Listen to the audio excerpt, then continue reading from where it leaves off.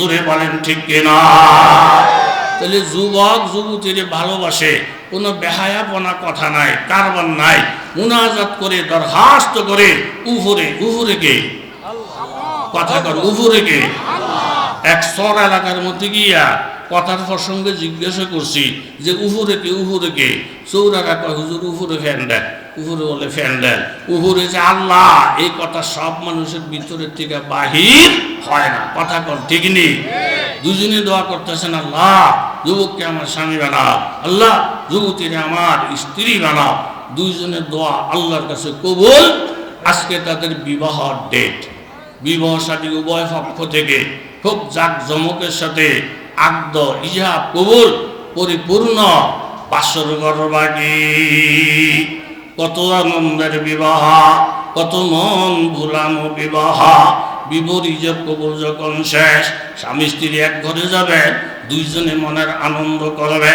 ঠিক এই সময়ের মধ্যে পাগলের মতো একজন মানুষ বাড়ির কাছে এসে এলান করলেন, আল জিহাদ ফি সাবিলিল্লাহ। এই বাড়ির মধ্যে এমন কোন মোমেন যদি থাকো, অমুক জায়গায় মুসলমানেরা মার খায়, আমার কোরআন অপমান হয়ে যায়, এমন যদি কোনো নবীর পাগল কোনো বন্দা এই বাড়ির মধ্যে থাকা, আল্লাহর কোরআনের ইজ্জত বাঁচাও, মোমেনদের সম্মান বাঁচাও। কথাটা শোনার সাথে সাথে স্বামী তাড়াতাড়ি করে বিবির সঙ্গে পরামর্শের মধ্যে বসলেন। বিবি, আল্লাহর কোরআন অপমান হয়ে যায়, নবীর সাহাবীরা মার খাইয়া রক্তে লাল হয়ে যায়, এই মুহূর্তে আমি কি তোমাকে নিয়ে আনন্দ করব, বাসরঘর করব, না জেহাদের ময়দানে ঝাঁপিয়ে পড়ব? যেমন স্বামী তেমন বিবি। বিবি ডাইকে বলেন, স্বামী আমার, নবীর সাহাবীরা মার খাবে, আল্লাহর কোরআন অপমান হবে, আর আমি চুপচাপ বসে থাকবো, এটা হইতে পারে না। ইস্তেমার ময়দানে মুসলমানেরা মার খাবে, আলেম ওলামারা সমাজে এইভাবে গালির বস্তু হয়ে যাবে, দেশের মধ্যে গোলমাল সৃষ্টি করবে, আর আমরা চুপচাপ বসে বসে আঙ্গুল সরব, এটা কোনো দিন হইতে পারে না। জোরে বলেন ঠিক কিনা? ওই যে ডিজেলের ইয়ের মধ্যে লেখা, জন্ম থেকেই জ্বলছি, অনেক গাড়ির ডিজেলের টুল বক্সের মধ্যে লেখা থাকে জন্ম থেকেই জ্বলছি। হক্কানি আলেম ওলামারা, নবী রাসূলেরা জন্ম থেকেই তো বাতিলের বিরুদ্ধে কথা বইলা এইভাবে কষ্ট করে জীবন যাপন করতেছে। আর মুনাফিক যারা যেই কোনো সময় বাতাসের সাথে তাল মিলিয়ে চলে, এদেরকে কোনো কিছুই পায় না। আমরা মুনাফিক হইতে চাই না, আমরা নবীর খালেস উম্মত হইয়া জন্ম থেকে জ্বলছি, বাতিলের বিরুদ্ধে কথা বলেই যাব, বলেই যাব, বলেই যাব। কথা জোরে বলেন ঠিক কিনা?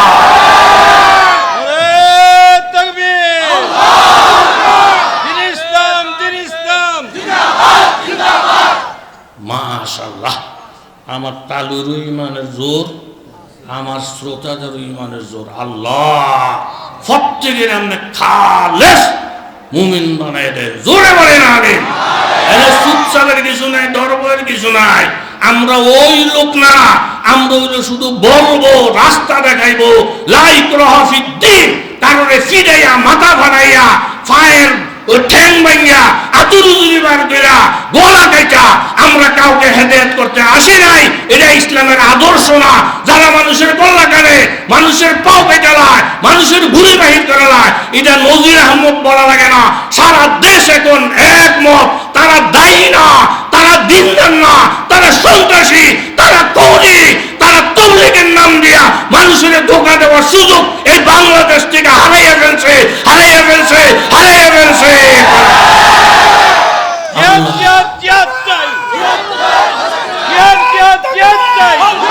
এখন মানুষ আর বোকা না। ওই নজির আহমদ সাহেব কি বলছে, জামিয়া নূরের থেকে কি বলছে, এই দিকে তাকাইয়া থাকার আগে আগে সঠিক খবর মুহূর্তের মধ্যে মানুষের সামনে পৌঁছা যায়। কথা জোরে বলেন ঠিক কিনা? এই জন্য দোস্ত পরামর্শ করলেন, নবীর দিন যাচ্ছে, কোরআন অপমান হচ্ছে, এই মুহূর্তে কি করা যায়?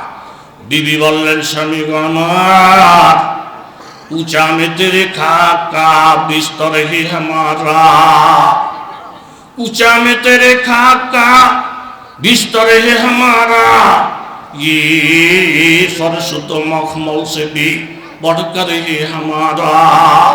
दीदारे खुदा चलोई अहमद है नजर में क्या ईद का दिन अरसाए महशर है हमारा আমার নবী মহব্বতের নবী আমার জীবন থেকে আপনার জীবন থেকে আমার নবীর কদর আমার নবীর মূল্য অনেক বেশি বিবি কান্দা দিলেন স্বামী গো আমার আল্লাহর কোরআন অপমান হবে নবীর সাহাবীরা মার খাবে আমি স্বামীর আটকে আবার শুরু করব হইতে পারে না গো স্বামী আপনি জিহাদের ময়দানে চলে যান আমি দোয়া করব আপনি আমিন আমিন বলবেন বিবি দোয়া করলেন হে আল্লাহ আমার কলিজার টুকরা স্বামী যার জন্য জীবনে কত চোখের পানি তুমি নিজেই তো সাক্ষী গো আল্লাহ এমন মহাব্বতের স্বামীকে আমার বুক খালি কইরা আমার ভালোবাসার রত্নকে আমি আমার ঘর থেকে বিদায় করে দিলাম আমার স্বামীর তলোয়ারে পাওয়ার বাড়াইয়া দাও কাফেরদের উপরে গালেব বানাইয়া দাও আমার স্বামীকে বীর মুজাহিদ গাজী বানাইয়া দাও আমার বুকে আমার স্বামীকে ভালো মনে করলে তুমি আল্লাহ পৌঁছাইয়া দাও দোয়া মুনাজাত কইরা স্বামীকে ছেড়ে দিলেন জিহাদের ময়দানে আল্লাহ নবী জিহাদের জন্য তৈয়ার এর মধ্যে দেখা যায় একজন মেয়ে এলো ছোট্ট একটা বাচ্চা নিয়া মসজিদে নববীর দরজায় দাঁড়াইয়া যেই কোনো সাহাবীদেরকে পাইলে বলে বাবা আল্লাহ নবীকে একটু সালাম বলো আর এই কথা বলো একজন বিধবা মা দরজায় দাঁড়িয়ে আছে নবীর সঙ্গে কথা বলতে সাহাবীরা বলেন ইয়া রাসূলুল্লাহ আমরা যুদ্ধের প্রস্তুতি নিয়েছি একজন মা ছোট বাচ্চা নিয়ে নবীর সঙ্গে কথা বলতে চায় আল্লাহ নবী গেলেন মা আমরা তো ব্যস্ত কি জন্য আসছেন গো মা ইয়া রাসূলুল্লাহ আজকের যুদ্ধে প্রত্যেক বাড়ি ঘর থেকে যোদ্ধারা অস্ত্র শস্ত্র নিয়ে নবীর মসজিদের মধ্যে হাজির কিন্তু আমার কপালটা খারাপ আমার স্বামী এক জিহাদের মধ্যে শহীদ হয়ে গেছে আমার বড় একটা ছেলে ছিল ওই ছেলেটাও আরেক জিহাদের মধ্যে শহীদ হয়ে গেছে আমার ঘর থেকে আজকে জিহাদে যাওয়ার কেউ নাই আমার শিশু একটা বাচ্চা আছে মাত্র দুধের বয়স শেষ আমি বাচ্চাটাকে নিয়ে আসছি গো নবী আমি কেমনি একবারে খালি যাই এই বাচ্চাটা নবীর সঙ্গে যাবে জিহাদের ময়দানে যাবে নবী বললেন মাগো এই শিশু বাচ্চা তো জিহাদ করতে পারবে না ডাইন বাম কিছু বুঝবে না এই বাচ্চারে নিয়ে আর একটা ঝামেলা হবে তুমি এত আবেগ দেখাইলে কেন গো মা মায় কান্দা দিছি ইয়া রাসূলুল্লাহ স্বামী থাকলে নবীর সঙ্গে হইতো বড় ছেলে থাকলে নবীর সঙ্গে হইতো এই শিশু বাচ্চাটা ছাড়া আমার ঘরে আর কেউ নাই আমি আমার মনকে বুঝাইতে পারি না নবী মার খাবে সাহাবী মার খাবে আমার ঘরের কেউ সাহায্যকারী নাই এই শিশু বাচ্চাটাকে নিয়ে আসলাম নবীজি আপনার পায়ের কাছে শোয়াইয়া রাখবেন কোন কাফের মুশরিক যদি আমার নবীকে টার্গেট করে পাথর মারে আমার নবীকে টার্গেট করে তীর মারে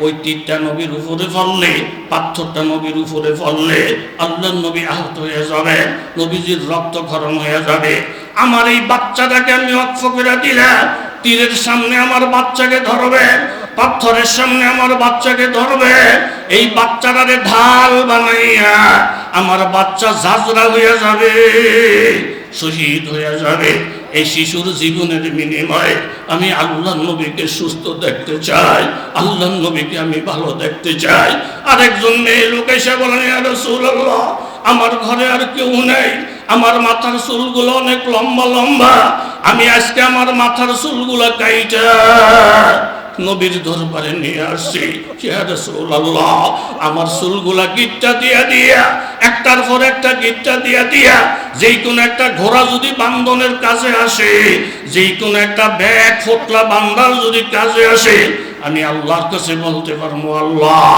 অন্তত চুল দিয়ে নবীর সঙ্গে জিহাদে অংশগ্রহণ করেছি এই সাহাবীদের কথা শুনে আল্লাহ নবী কান্দা দিলেন নবীজি এরকম কান্দা দিয়ে বললেন মা তোমার এই ভালোবাসা দেইয়া এই মেয়ে লোকটার এই ভালোবাসা দেইয়া আমার অন্তর ঠান্ডা হয়ে গেছে তায়েফের ময়দানের মার খাওয়া আমার জন্মভূমি ত্যাগ করা আমার জন্য সফল হয়ে গেছে বুখারী শরীফের riwayat গত 3 দিন আগে সবকের মধ্যে গেছে একজন সাহাবী আয়েশা আল্লাহর নবীকে বলেন ইয়া রাসূলুল্লাহ আমি অনেক দূর থেকে আসছি আপনার বরকতি হাতটা আমার মাথার মধ্যে একটু মুইসা দেন আল্লাহর নবীর বরকতি হাত ওই সাহাবীর মাথায় মুইসা দিলে ওই সাহাবী riwayat করে আল্লাহ নবীর বরকতি হাতটা শুধু আমার মাথায় মুছে দেওয়ার বরকতি।